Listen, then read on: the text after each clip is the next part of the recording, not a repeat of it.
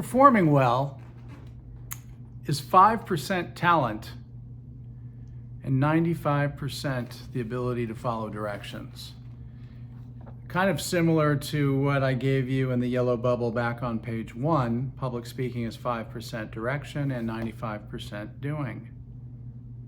So much of successful public speaking is about directions, and that includes the ability to perform. Right now, I'm going to give you some simple performance tips. So simple, it'll only take a few minutes to give them to you, that I promise will give you the ability to dominate any room should you choose to put them into practice. I think it's very interesting. People will spend hours in acting classes, theater classes, drama classes, but in reality, a few simple tips can help anybody perform fantastic if they choose to do what needs to be done.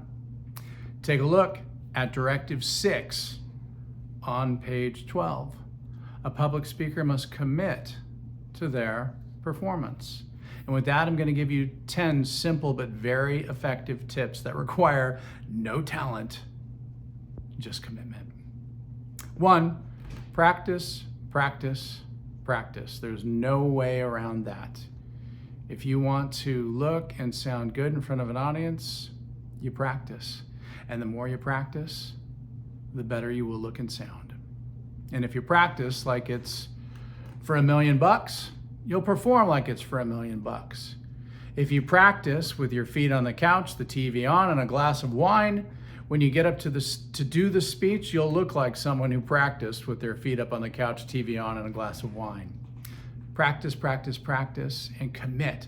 Practice the way you intend to perform, and you will rock.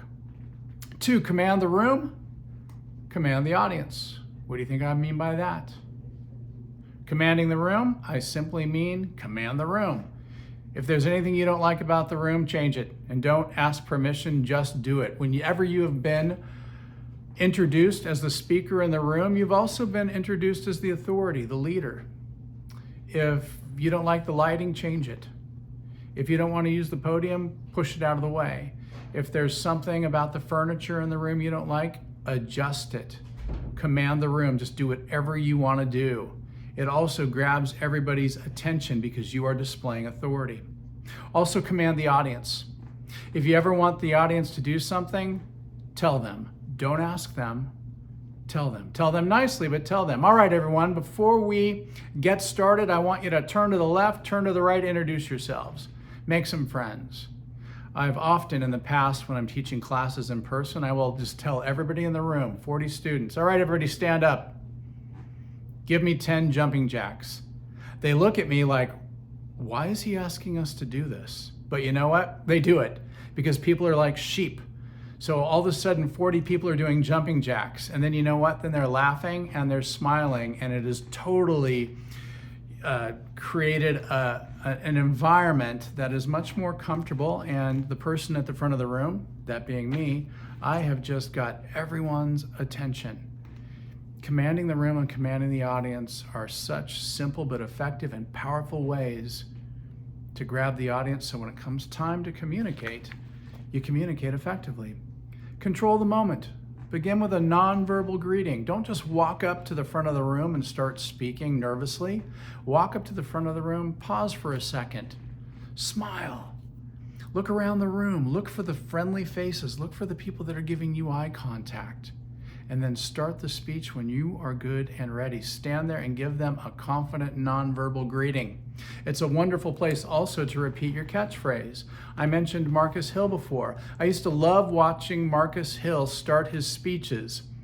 He wasn't even saying anything. He was just standing up in front of the audience, scanning the room, and I knew he was just repeating to himself, gold, gold, gold.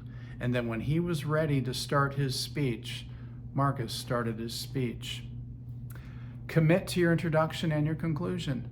Assuming you have put the proper effort and care and creative thought and time and energy into coming up with a cool introduction, and I will add a cool conclusion, speak them as such. Don't stand there and read them.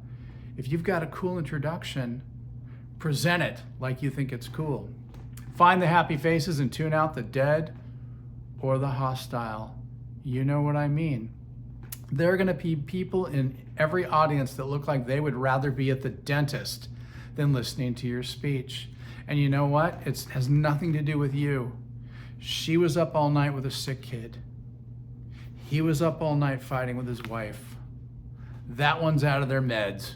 You have no idea what is going on in the head of any audience member other than the fact they don't look happy, and you do not want that to bring you down. So find the happy faces in the room, tune out the dead or the hostile. Eyes are the windows to the soul, so work them. And I don't mean forehead scanning, I mean working them, looking into their eyes. Deliver her a line, deliver him a line. And I mean complete lines. Don't just, give them a word. Think of it this way, each person you connect with in the room is an advocate for you. And the cliche, the eyes are the windows to the soul, is so very true. So work those eyes. Be conversational. Long gone are the days of standing up and preaching like an overzealous preacher or speaking down to people like a drill sergeant. You want to think in terms of conversation, just like you're hanging out with a friend at Starbucks, whether it's one person in a conversation or a room with 5 people, 10 people, 20 people. You're just having a conversation.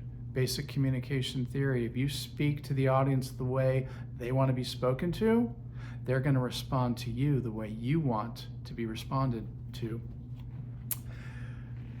Also, let me ask you this. What do you think the most powerful thing a public speaker can do to emphasize something in their speech is? That's it. Silence, also called a pregnant pause, dramatic emphasis. Ask an important question, pause. Let the audience answer it in their head. If you have a really impressive visual aid that you intend to send a message with, hey everyone, take a look at this. Then pause. Give them time to do what you just told them to do, and that is look at what you want them to look at. There is nothing louder than controlled silence. Anytime I have the privilege of giving a presentation, I always go through it with my pink highlighter and put fat, giant pink dots everywhere I need to remember to just be quiet and let the audience think about what I've said or I've done. Move freely, but only with reason. I can't stress how powerful this is.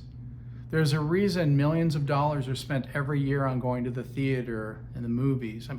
Billions actually. Humans like watching humans move.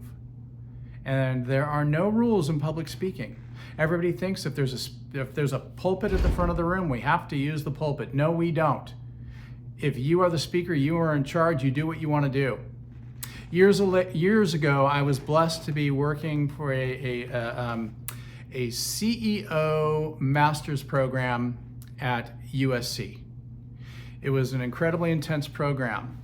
CEOs from companies all over the world gathered for 5 weeks, 2 summers at USC to earn their master's degrees. CEOs are busy running companies. They don't have time to go to college like regular people, so the USC had this special program, and these CEOs would live on campus and go to class 5 days a week. It was just a really crazy, intense training they went through, and one of the things they had to do was participate in a CEO speech competition.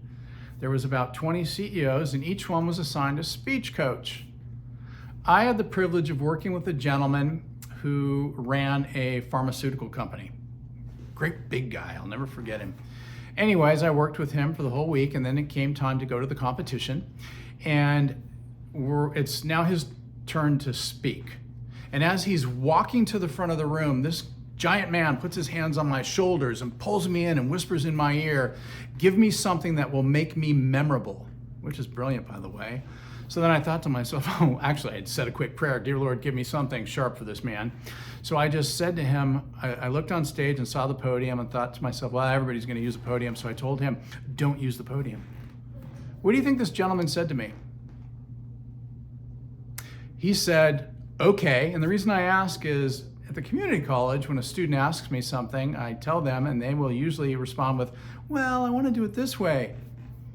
Excellent people who are seeking help do what they have been told to do when they ask someone that they think is an authority. This gentleman walked up to the front of the room, ripped the mic off the podium, strutted his stuff in front of the audience, gave a speech, wonderful speech, sat down, was done. Later that night, at the wine and cheese party / ceremony, he was announced the overall top speaker in the room. I don't know if it was the fact that he was the only one out of 20 that didn't use the podium. All 19 others used the podium. He was also a fantastic speaker. But what I do know is that night at the wine and cheese party, everybody talked about the fact that the guy that won the contest was the one that did not stand behind the podium, but moved around in front of the audience, completely giving himself to that room. Finally, number 10, study the successful people. The best things in life are caught, not taught. Watch YouTube videos. Note when you are watching speakers that you really appreciate. Also note the negative things, but note the positive things and do them. The best things in life are caught, not taught. And those of you who have hobbies, things you're passionate about, you know what I'm talking about. You've studied people that are good at the things you want to do, and that helps make you better than anything, any direction or anything you're told to do by someone else. Finally, again, I love good research. Look what the Sunday Times of Sri Lanka, May 5th, 2024, more recent research has to say. And something I also think is really interesting, most of the research about public speaking, the professional research from around the world, comes from companies in Asia. Asians love things that they know contribute to their success, and they know that public speaking is one of them. Listen to what it says. Mastering public speaking techniques is essential for delivering confident presentations by understanding and implementing effective strategies such as preparation, rehearsal, and body language. You can enhance your communication skills, engage your audience, and leave a lasting impact. And with that, own the burden of your success with everything you do in this class.